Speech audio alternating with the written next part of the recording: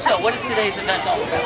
So once a month we do a big Wolverine Pride Assembly for all the students. We break it into 2 assemblies, the kindergarten and first and second, and then we have the older kids coming now. Okay. So this is the one that you've been invited to. Okay.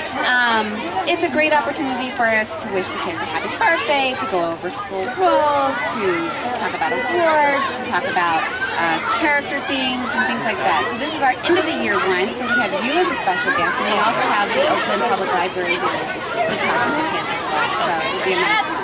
Well, what can I do to help? What do you kind of messages or things would you like to Well, you know, we do have students here at our school who have special needs. Okay.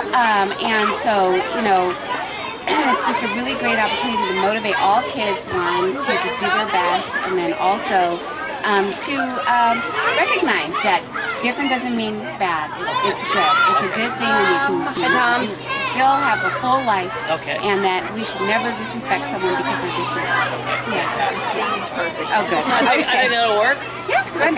All right. Well, again, thank you very much for inviting me. Thank you. Look forward to it. All right. So this is my son Aiden. Hey, Aiden, I'm Tom. Shake my hand. Very nice to meet you. Give me a grip there. Come on. I'm not made of orange juice or anything. And this is my son Lucas. Hey, Lucas. Hey, little buddy. Aiden and Lucas, this is Mary Lou. My wife, Mary Lou, and Lucas is gone. Nice to meet you. Lucas. My wife Lucy. Nice to meet you. My wife, Mary Lou.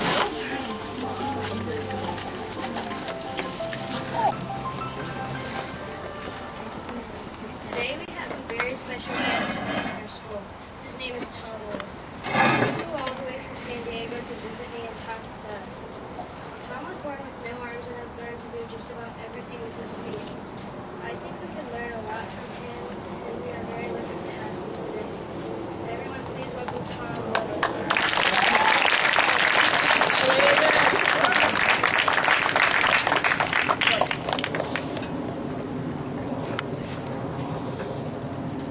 Good morning, boys and girls. Good morning. Good morning, boys and girls. Good morning. That's a little more like it. Come on, school's almost over for the year. That's as excited as you can be. Good morning, boys and girls. Good morning. I like it. How's everybody doing today? Good. Well, Aiden, as he introduced, my name is Tom Willis. And as you can obviously see, I'm different than everybody else here in the group. And that difference is, I don't have any hair. Everyone else in this audience, oh, wait a minute, somebody just beat me. You had a hat on, I didn't see that. But as you see, I don't have any hair, everyone else does. That makes me different. But also, I don't have any arms or any hands. You see, I was born without arms or hands. All I have is this one small little hand with 2 fingers on the side, but I do quite a bit with this since this is my only hand. But there's a lot that I can't do with this hand, so I had to learn how to do things different. So I learned to do things with my feet. So I, number one, don't like wearing shoes that often because it's kind of hard to do things with shoes on, but I wear these special socks that allow me to pick things up, like pick my hat up off the ground and put it up there, and then pick it up and put it back up again. For me, wearing socks is like for you guys wearing mittens. And you don't wear mittens when you go into the classroom, do you? No. So I have to take off my socks if I really want to do stuff. I take off my socks, and now I would go barefoot. But I need to go barefoot because I need to be able to do things like a baseball. What do you think I can do with a baseball? Throw it? How far do you think I can throw it? You think I can throw it over here? You ready, guys? Yeah. There it goes. Up. Okay. Well, now you guys way in the back. You think you're ready? There. Wow. What do you think I can do with the frisbee?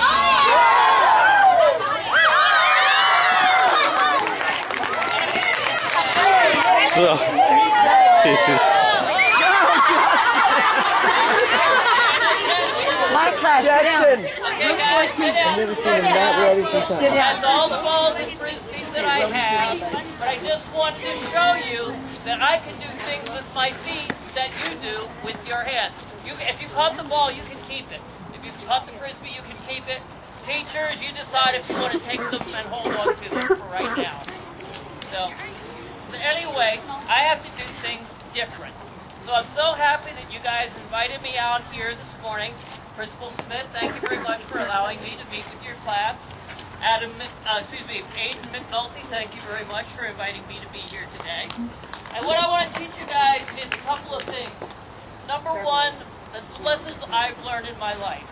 The first one is, if things don't go your way, you learn to adapt and move forward with what you have. Okay, so when I was born without arms, I could have just said, well, that's it, I can't do anything. But I said, no, I have to adapt, so I adapted by learning how to use my feet. So let me give you an example. Can you roll that ball here, please? Do you think, guys, I'd make a good soccer player? Yeah. You know, I got the moves. I got the moves. There's only one problem. You know what you have to do when you play soccer? You have to run. And you have to run, and you have to run some more. Let me tell you a story. When I was growing up, does everybody know what the spine is inside your body? Your backbone is the one that goes straight up and down your back. Well, when I was about 6 years old, instead of mine going straight up and down, it started to grow crooked. Like you know how a bow, when you pull the bow and arrow, how it turns? Well, my spine was curving as I got older. And if you look at my back, you can see my back is flat like yours, because that's my spine that pushed its way out. Well, to stop that from going any further, they had to do surgery on me. They took 2 metal bars and put them inside my back and locked them on so my spine couldn't grow crooked anymore. Okay? So I had that at age 7. So that basically gave me a bad back for the rest of my life. So when I tried out for my high school soccer team, I was, during the dribbles and everything, I was doing great. But then we had a scrimmage. And when I did all that running, by the end of the day, I knew there was no way in the world I would ever make the soccer team. But you know what I did do? I became the soccer team's manager. And that year, we won the championship. So I didn't get to play, but I still got to be part of the soccer team. I got to be part of soccer. But there was one sport, I just wanted to play a sport that I could do. I could play football, I could be a kicker, but I wasn't that great. Baseball, if we played baseball during recess, right out here on the playground, I couldn't kick, I couldn't hit the ball, but one of the other boys would hit for me, and I'd run the bases. Or other days, I'd be the umpire. So again, I took what I had, I adapted, and I was able to be part of the games that all of my classmates were playing. Also, keep me on time, I don't know how much. You're good. Okay, great. But there was still, I wanted a sport where I could play, just me. So I came up with one, bowling. Everybody know how to bowl? Yeah. Well, I'd get up there, we'd pretend their teacher was the pins, and I would go. And it would strike. That would probably knock down 2 pins. I was terrible at bowling, but I loved to bowl. Well, when I went to college, there was a course on bowling for physical education. So I said, what the heck? I'm going to go take a class and just bowl all afternoon. Well, the first day I got up there and everyone was up bowling. The teacher came up and said, Tom, what are you doing? I said, well, I'm bowling. She said, no, you're not. You're just pushing the ball. How are you bowling? I said, I don't have any idea. So at the end of class, she came over, and she has a system that she teaches people how to bowl with their hands. And we sat down and figured out a way for me to learn to use the same system, only this time bowling with my feet. And I ended up going from being a terrible bowler to a mediocre bowler. But I won the trophy for being the most improved bowler in my class. So again, I took what I had, I adapted, and I moved forward. Okay? Instead of sitting there going, well, I can't bowl, I don't have hands, I said, well, I'm going to learn how to bowl, and I'm going to be pretty darn good at it. So that's what I did. The other thing I want to teach you guys is if there's something in your life that you really, really want, you can always find a way to achieve it. Okay? When I turned 16, what do you think I wanted to do? Drive. Get my driver's license. All of my friends, everybody got their driver's license except me. Because everyone said, you can't bowl, or excuse me, you can't drive, you don't have any hands. Well, I know other people who don't have hands, and the way they drive is they have their foot down on the gas pedal, and then they take this foot and put it up on the steering wheel. And they could drive no problem. But I've got 2 metal bars in my back, so I can't do that. So everyone said, well, you can't drive. Now this is a long, long time ago. Today, things like this are pretty easy to accomplish. But back then, we had to search. And I went to my mom and I said, Mom, I really want to drive. And she said, we'll find a way. So we looked and we looked and we finally found a man who lived all the way in Texas. And he would fix the car for me. What he did was he put a steering wheel on the floor of the car. So in my car, I have the steering wheel and I steer with this foot. And I use my gas brake and gas and brake with my right foot. So I'm able to drive my car. Everyone said, you can't drive. But we said, yes, we're going to figure out a way. So I did get a car. I did get my driver's license. I've been driving for 34 years. I've driven over 500,000 miles, meaning I could have driven to the moon and back and still had enough miles left to drive around the world at least once. So everybody said, no, you can't, but it was something I really, really wanted to do, so I found a way to make it happen. So again, if there's something you really want in your life, find a way to make it happen. Okay, when I was growing up, my mom said, Tom, you need to be honest with yourself.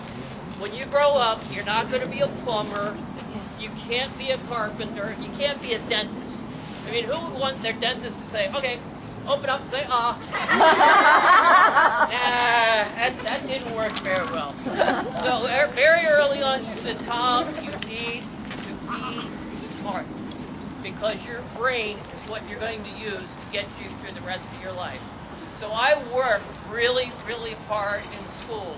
In high school, I graduated second in my class of about 200 people. I got my college degree, and I also got my master's degree, which allowed me to get some really great jobs. And those jobs have taken me, I've worked inside the White House back in Washington, D.C. Wow. I've worked in Hollywood. I have worked in Ames, Iowa, out in the middle of farm country. I've been in Hawaii, I've been to Alaska, I've been all over the country, and basically none of that would have happened if I had not been a good student. So it's very important, especially you guys that are moving on to middle school. School is becoming more and more important in your life. So I encourage you all to really work hard so you can have a great future. Okay? And finally, the last thing, again, I told you back in, excuse me, Carrie, inside the, actually, who has one of the baseballs? Can I borrow one of the baseballs?